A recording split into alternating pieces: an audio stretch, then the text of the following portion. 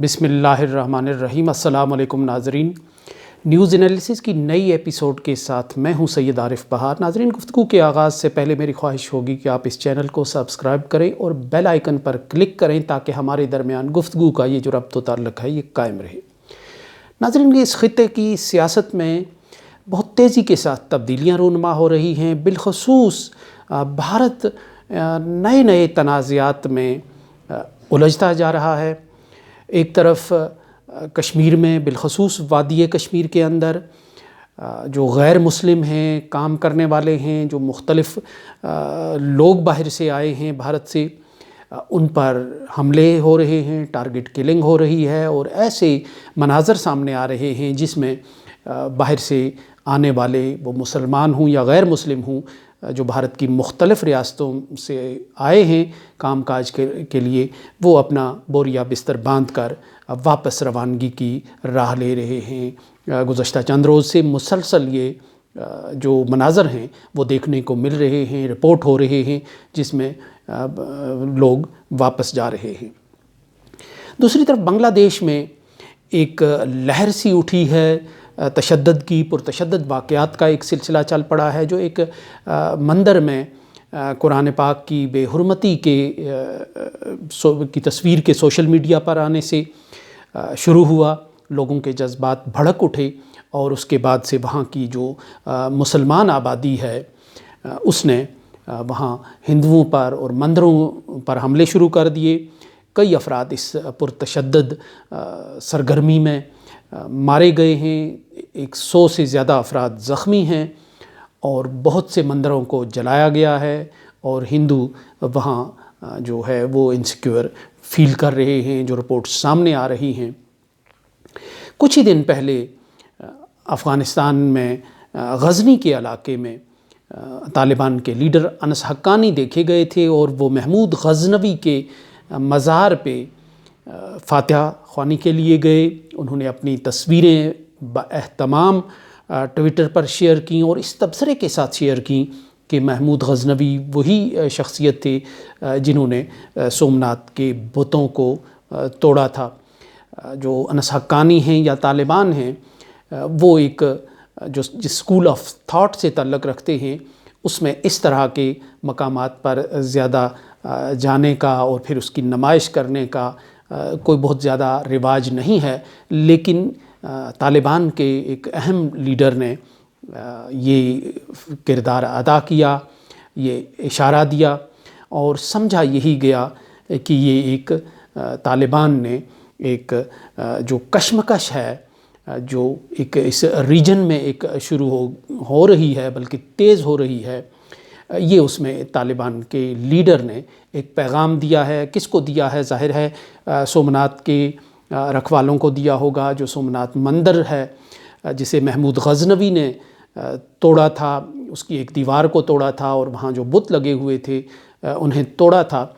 تو اس کی جو کمیٹی ہے اس مندر کی دیکھ بھال کرنے والی، وہ گجرات میں ہے، اور جس گجرات میں نریندر مودی وزیر اعلیٰ رہ چکے ہیں، جہاں سے ان کا تعلق ہے، اور وہ اس کمیٹی کے بھی اہم رکن ہیں نریندر مودی۔ تو یہ نام و پیام کیا ہوا؟ میرا خیال ہے اس پہ مزید روشنی ڈالنے کی ضرورت نہیں ہے۔ تو ایک ایسے واقعات ہو رہے ہیں جس میں فرقہ واریت کا ایک افریت جو ہے وہ دوبارہ ابھرتا ہوا اور نکلتا ہوا نظر آ رہا ہے۔ حقیقت میں جو بھارتیہ جنتا پارٹی ہے اس نے اس خطے میں بوتل کا ایک جن نکالا۔ وہ بوتل کا جن جسے بہت اہتمام کے ساتھ، بہت محنت کے ساتھ کانگریس نے کسی دور میں بھارت کی جو طویل المیعاد قسم کی ایک سرگرمی تھی یا اس کے مقاصد تھے، ان کے لیے اس جن کو بوتل میں بند رکھا تھا، اور تقسیم کے بعد جہاں پاکستان ایک اسلامی جمہوریہ پاکستان کے طور پر ابھرا، وہاں جو کانگریس کی لیڈرشپ تھی اس نے بھارت کو سیکولر جمہوریہ، اس کی شناخت اور اس کی حیثیت کو سیکولر جمہوریہ کے طور پہ برقرار رکھنے، بحال رکھنے اور آگے بڑھانے کا فیصلہ کیا۔ اب یہ سمجھ آتی ہے کہ کانگریس کی جو لیڈرشپ تھی وہ اس وقت کن حقائق کی بنیاد پر یہ فیصلہ اس نے لیا تھا۔ لیکن بھارتیہ جنتا پارٹی ایک نئے عنصر کے طور پہ سامنے آئی، ایک نئے فیکٹر کے طور پہ سامنے آئی بھارت کی سیاست میں،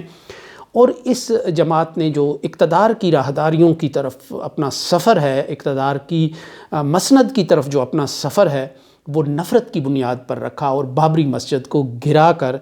اس نے اپنا جو پہلا گول ہے وہ اچیو کیا، اور ایک ٹرافی یوں کہیں کہ پبلک میں جو ہندو آبادی ہے اس میں ایک ٹرافی جیتی بابری مسجد کی توڑ پھوڑ سے، اس کو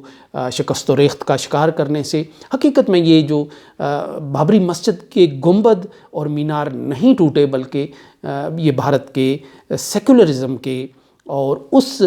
نعرے کی جس کی بنیاد سیکولرزم اور جمہوریت تھی، اس کے شکستہ ہونے، اس کے ٹوٹ پھوٹ جانے کے کا نقطۂ آغاز ثابت ہوا۔ اور اس کے بعد بی جے پی پھر طاقت کے سفر میں کہیں رکی نہیں، بی جے پی نے پیچھے مڑ کر نہیں دیکھا، وہ نفرت کی ایک کے بعد دوسری لہر اٹھا کر طاقت حاصل کرتی چلی گئی، اور اس نفرت کا سب سے جو پہلا شکار تھا اور آخری شکار وہ مسلمان آبادی تھی بھارت کی۔ وہ گجرات کے فسادات میں بھی یہی ثابت ہوا۔ بابری مسجد سے جو سفر شروع ہوا تھا وہ پھر کہیں رکا نہیں، وہ آگے ہی آگے بڑھتا چلا گیا۔ اور اس سے پہلے جب بی جے پی ایک طاقت میں نہیں تھی، اقتدار میں نہیں تھی، تو ہندو مسلم فسادات بھارت میں ہوتے تھے،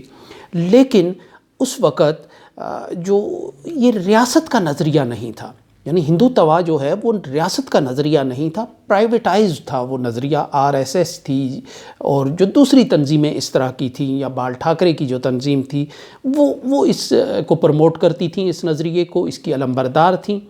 لیکن جب بھارتیہ جنتا پارٹی اقتدار میں آ گئی تو یہ جو نفرت کا نظریہ تھا یہ طاقت میں آ گیا، یہ اقتدار میں آ گیا، یہ بالادست ہو گیا، یہ ریاست کا نظریہ اور ریاست کا اصول بن گیا۔ یہیں سے بھارت کے لیے حقیقی مشکلات کا آغاز ہوا۔ جو کانگریس کی لیڈرشپ تھی، شاید انہوں نے یہ سمجھا ہو کہ جب بھارت کو وہ آزادی کے وقت ان کے پاس آپشن تھا کہ وہ اس کو ایک ہندو راشٹریہ بھی بنا سکتے تھے، ہندو ریاست کے طور پر بھی رکھ سکتے تھے، شاید وہ چونکہ اس وقت ایک ویژنری لوگ تھے، آپ ان کی سیاست سے اختلاف کر سکتے ہیں، ان کے نظریات سے اختلاف کر سکتے ہیں، لیکن شاید وہ یہ سمجھتے تھے، تاریخ کا انہیں گہرا ادراک تھا کہ وہ یہ سمجھتے تھے کہ اگر بھارت کو ہندو راشٹریہ کے طور پر چلایا جائے تو اس کا نقصان ہوگا، کیونکہ سب سے پہلا جو اس میں تصادم ہوگا وہ بھارت کی آبادی کے ساتھ ہوگا، یعنی کروڑوں مسلمانوں کے ساتھ ہوگا۔ جب وہ ہندو بالادستی کا اور ہندو ثقافت کا اور ہندو نظریے کا اور ہندوتوا کا جو اصول ہے یا مشن ہے، جب وہ تھوپا جائے گا آبادی پر، اس پہ غلبہ حاصل کرنے کی کوشش ہوگی، تو پھر اس میں ایک معاشرے میں، سماج میں ایک تقسیم ابھرے گی، ایک بے چینی پیدا ہوگی۔ پھر اس کی ایک دوسری حقیقت یہ تھی کہ بھارت تو بہرحال یہ ایک مخصوص ہندوتوا جو ہے، ایک مخصوص برہمن یا ایک اعلیٰ ذات کے ہندوؤں کا ایک نظریہ تھا۔ جب بھارت کے گرد و پیش میں ایک سمندر تھا، مسلمانوں کا سمندر تھا،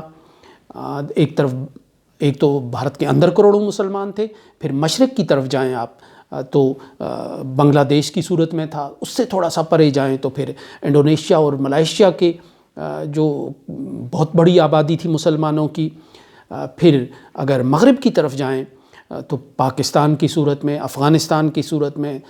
تھوڑا سا آگے جائیں تو ایران کی صورت میں، اور پھر وسطی ایشیائی ریاستوں سے یہ لے کر یہ سفر جو ہے خلیجی ریاستوں سے جا کر یورپ کے ساتھ جا کر اس کی حدیں ملتی تھیں۔ یہ جو ایک سمندر ہے مسلمان آبادی کا، بھارت کے پچھواڑے میں پھر کنفیوشیس تہذیب تھی جو چین کی صورت میں تھی، جو دنیا کی سب سے بڑی آبادی تھی، جو ایک بہت بڑے رقبے کا حامل ملک تھا،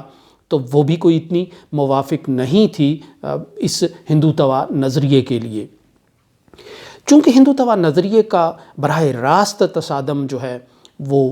مسلمان ثقافت کے ساتھ تھا، اسلامی ثقافت کے ساتھ تھا، مسلمانوں کے ساتھ اس کا جوڑ پڑنا تھا، اس لیے یہ ایک سیاسی طور پہ ایک بہت بڑی غلطی اور حماقت تھی، اور نظریاتی طور پر ایک حماقت تھی کہ بھارت کے اندر بھارت کو اس نظریے کی بنیاد پر، نفرت انگیز نظریے کی بنیاد پر کھڑا کیا جائے اور اس کو اس نظریے کی بنیاد پر چلایا جائے جس کی جو نفرت سے جنم لیتا ہے، نفرت پر ختم ہوتا ہے اور نفرتیں ہی بانٹتا ہے۔ تو یہی نریندر مودی نے کیا۔ نریندر مودی نے بھارت میں جو ہندوتوا فلسفی تھی اس کو ایک ریاست کا اصول اور اسلوب بنانے کی کوشش کی، جس کا نتیجہ یہ ہے کہ کبھی کشمیریوں کے ساتھ چھیڑ چھاڑ کی گئی اس لیے کہ ان کا مذہب کچھ اور تھا، کبھی سکھوں کے ساتھ کی گئی، کبھی ان کی عبادت گاہیں تاراج کی گئیں، اور کبھی دلتوں کے ساتھ کی گئی، اور پھر بنگال کے مسلمانوں کے ساتھ جو وہاں پناہ لیے ہوئے تھے بھارت میں، زیادہ تر زد جو ہے بنگال کے ان مسلمانوں پر پڑی۔ اور ابھی جو تصویر آئی ہے سامنے اس میں بھی آسام کے ایک مسلمان کی لاش پر ایک صحافی نما کوئی چیز ہے کہ جو اچھل کود کر رہا ہے، اور یہ ایک شقاوت قلبی کا ایک بدترین مظاہرہ تھا جسے بین الاقوامی میڈیا میں بھی رپورٹ کیا۔ تو یہ ایک عجیب سی صورتحال ہے، یعنی جس جن کو، نفرت کے جس جن کو، فرقہ پرستی کے جس جن کو، تقسیم کے جس جن کو بھارت نے، نریندر مودی نے بوتل سے نکالا ہے، اس کو اب رد عمل کا سامنا کرنا پڑ رہا ہے، کیونکہ اس کے دائیں بائیں سے رد عمل ہو رہا ہے۔ اور سب سے دلچسپ بات یہ ہے کہ جو بنگلہ دیش میں اس وقت ہندوؤں کے خلاف فسادات ہو رہے ہیں، اس پر حسینہ واجد نے، جو بھارت کے لیے ایک نرم گوشہ رکھتی ہے، جو بھارت صرف ایک حکمران کے طور پہ اپنے لوگوں کا یا اپنی رعایا کا دفاع نہیں کرتی، بلکہ بھارت کے ایک ساتھ ان کی ایک تعلق ہے، ایک دو نسلوں کا تعلق ہے، اور ایک احسانات کے بوجھ تلے وہ دبے ہوئے ہیں، اور اس کا وہ اعتراف کرنے میں کبھی بخل سے کام نہیں لیتی۔ انہوں نے یہ کہا ہے کہ بھارت اپنے انتہا پسندوں کو کنٹرول کرے تاکہ ہمارے ہاں جو اقلیتیں ہیں ان کو کوئی زک نہ پہنچے اور لوگ ان کو کسی تشدد کا نشانہ نہ بنائیں اور نفرتیں نہ پھیلائیں۔ اس کا سیدھے سبھاؤ مطلب یہ ہے کہ حسینہ واجد نے جو بنگلہ دیش کے واقعات ہیں انہیں بھارت کے واقعات کا، بھارت کے ہندوتوا نظریے کا، اور بھارت میں ہونے والے مسلمانوں کے ساتھ ہونے والے سلوک کا جو رد عمل ہے قرار دیا ہے۔ اور یہ ایک بہت بڑی بات ہے کہ حسینہ واجد جو پرو انڈیا مانی جاتی ہیں، اور انہیں خود کبھی بھی اس پہ کوئی ریگریٹ نہیں ہوتا، کوئی اس پہ انہیں کوئی جھجک نہیں ہوتی یہ تسلیم کرنے میں، ان کی طرف سے یہ کہنا کہ جو بھارت کے حالات ہیں وہ عکس ڈالتے ہیں، وہ منعکس ہوتے ہیں بنگلہ دیش کے حالات پر، اور وہاں پھر ایک رد عمل جنم لیتا ہے۔ تو یہ رد عمل جو ہے یہ آج پھیلتا ہوا محسوس ہو رہا ہے۔ یہ سویا ہوا جو شیر ہے اس کو جگا دیا گیا ہے ہندوتوا کی سیاست نے، نریندر مودی کی سیاست نے، اور صرف گاندھی اور نہرو کا جو نظریہ ہے وہ اسے گنگا اور جمنا میں ڈبویا ہی نہیں گیا، بلکہ اس کے ساتھ بھارت کا جو ایک سول سٹرکچر ہے، ایک فیبرک ہے اس کے جو مختلف ریاستوں کا، قومیتوں کا، علاقوں کا اور خطوں کا اور ہمسایوں کے ساتھ اس کا، وہ بھی بالآخر ٹوٹ پھوٹ کا شکار ہونے لگا ہے۔ تو یہ وہی بھارت ہے کہ جہاں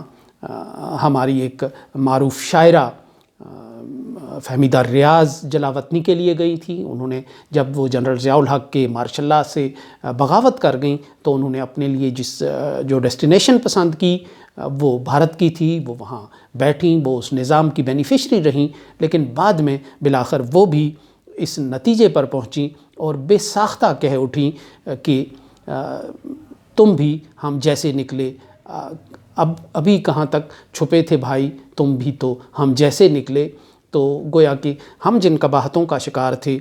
کچھ انتہا پسندانہ رویوں کا، تو انہوں نے بھارت کو انہی راستوں پر چلتا ہوا دیکھا تھا اور وہ یہ کہنے پر مجبور ہوئی تھی۔ یوں تو ہمیشہ سے بھارت میں ایک کشمکش رہی ہے مذاہب کی، تہذیبوں کی، فرقہ واریت کی، اور تقسیم کے وقت، قیام پاکستان کے وقت ایک لہر آئی، لیکن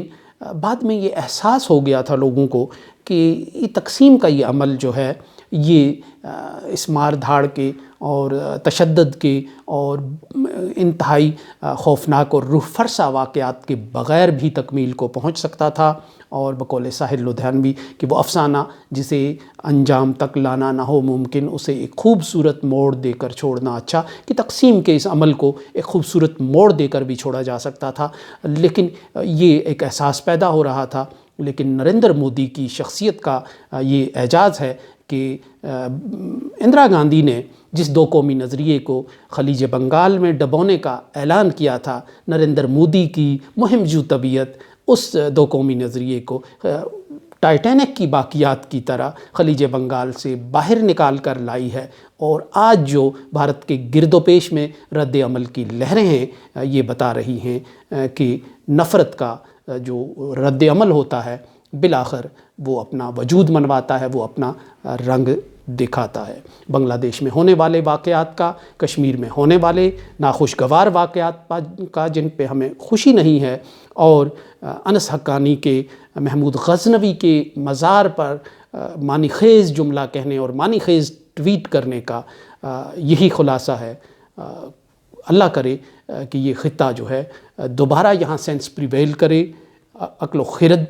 کی حکمرانی ہو، اور جنونیت کا جو دور ہے یہ اپنے انجام کو پہنچے، وگرنہ اس خطے کا مستقبل کوئی زیادہ اچھا نظر نہیں آتا۔ اس کے ساتھ ہی اجازت دیجیے، اللہ نگہبان۔